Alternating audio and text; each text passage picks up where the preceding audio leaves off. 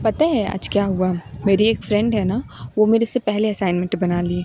मतलब हमेशा से ये हुआ है कि हम उससे पहले असाइनमेंट बनाते थे, बट इस बार वो मेरे से पहले बना ली, ठीक है? और हमको ये चीज़ बुरा लगा, मतलब लगना नहीं चाहिए बट लगा, ठीक है? तो फिर ना हम पूछे उससे कि दिखाओ असाइनमेंट, तो शी शोड मी और फिर हम देखने लगे उसका असाइनमेंट, तो हमको ना उसमें कुछ मिस्टेक्स दिखा। और मिस्टेक्स दिखा तो ऑब्वियस सा बात है बुरा लगना चाहिए, बट नहीं, हमको बुरा नहीं लगा। I was relaxed. मतलब क्यों? मतलब हमको रिलैक्स क्यों फ़ील हुआ उस टाइम? कि उसमें मिस्टेक्स है, बट ये तो गलत है ना। मतलब हमको तो रिलैक्स नहीं फ़ील होना चाहिए, हमको बुरा लगना चाहिए, क्योंकि शी इज़ माई फ्रेंड और उसमें कुछ मिस्टेक्स था। उसको थोड़ा, ज़्यादा तो नहीं, ज़्यादा गलती नहीं था, बट थोड़ा-सा उसको फिर से दोबारा टाइम देना पड़ेगा। फिर भी हमको बुरा लगा और ये चीज़ ना हमको ज़्यादा हर्ट किया कि हमको बुरा क्यों लगा अगर उसमें मिस्टेक्स था तो। कहीं न कहीं तो रीज़न हमको पता है, and that I will explain it today. तो रीज़न ये है ना कि हमारे अंदर ही डीमन और वर्च्यू दोनों साथ में रहते हैं। मतलब good qualities as well as bad bad qualities दोनों एक साथ एग्ज़िस्ट करते हैं। तो ये हम लोग को डिसाइड करना है ना कि हमको सप्रेस किसको करना है, गुड क्वालिटी को या बैड क्वालिटी को। अब यहाँ तो हमको रियलाइज़ हो गया कि नहीं, वो गलत फीलिंग है, वो फीलिंग गंदा है। तो I have suppressed that feeling and I told her, even अगर उसको हेल्प का ज़रूरत रहेगा तो I will help her out, जो भी मिस्टेक्स है। तो वहाँ तो हम अपने फीलिंग्स को सप्रेस किए, बट ये ना बहुत कम लोगों में होते हैं, एंड आई एम ब्लेस्ड कि ये चीज़ हमको बहुत पहले से पता है। और ये ना हमको कौन, मतलब हम ना कहीं सुने थे ऐसा कि जैसे 4 युग होता है ना, 4 युग जैसे आपका होता है कि त्रे कहाँ से था, सतयुग से, सॉरी सतयुग से।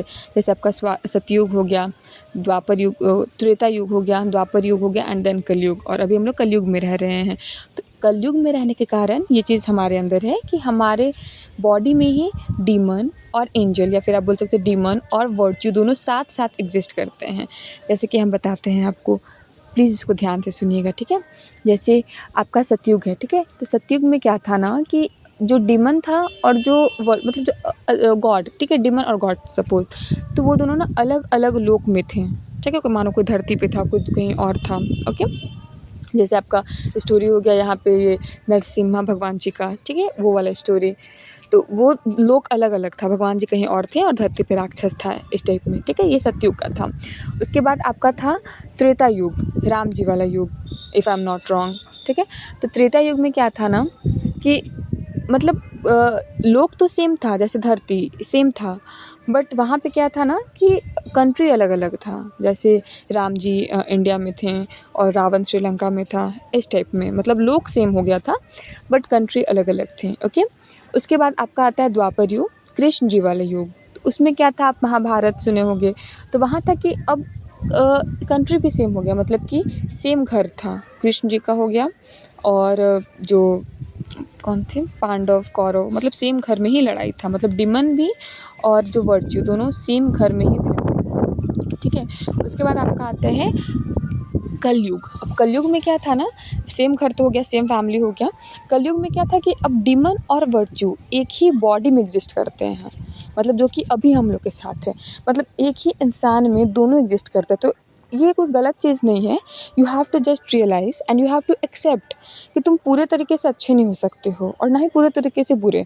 मतलब कुछ कुछ क्वालिटीज़ तो रहेगा आप में जो ख़राब है, और कुछ कुछ क्वालिटीज़ ऐसा है जो कि बहुत अच्छा है। तो आपको क्या करना होता है ना, आपको बस डिसाइड करना है कि आपको कौन से क्वालिटी को उभारना है, मतलब कि कौन से क्वालिटी को सप्रेस करना है और कौन से क्वालिटी को निखारना है, एंड दैट विल डिसाइड कि आप क्या हो। आप एक डिमन में कन्वर्ट होते जा रहे हो, या फिर एक आप वर्ड एक एंजल में कन्वर्ट होते जा रहे हो, या फिर गॉड के कैरेक्टर्स आ रहे हैं आपके अंदर।